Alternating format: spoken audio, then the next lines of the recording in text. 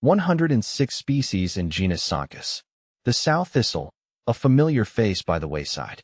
As a nature enthusiast, I've always been fascinated by the resilience and adaptability of wild plants.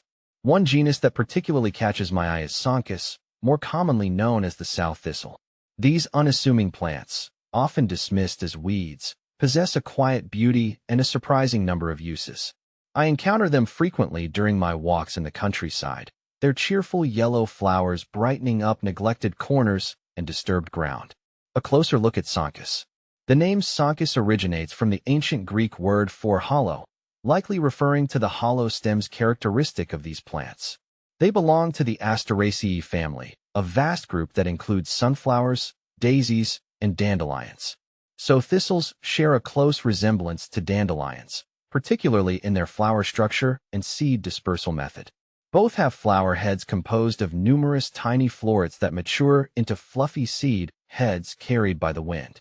However, a closer examination reveals distinct differences. Unlike the smooth leaves of dandelions, sow thistles have leaves that are typically lobed and prickly, often clasping the stem.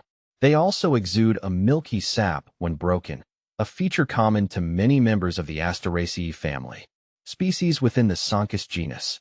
The Sonchus genus comprises a diverse group of plants, with an estimated 106 species found worldwide. See full list at monsteraholic.com. The sow thistle's role in the ecosystem. While often considered weeds, sow thistles play a valuable role in the ecosystem. Their flowers provide a source of nectar and pollen for a variety of insects, including bees, butterflies, and hoverflies. The seeds are a food source for birds, and the leaves are consumed by various herbivores, including rabbits and deer. Human uses of Sonchus.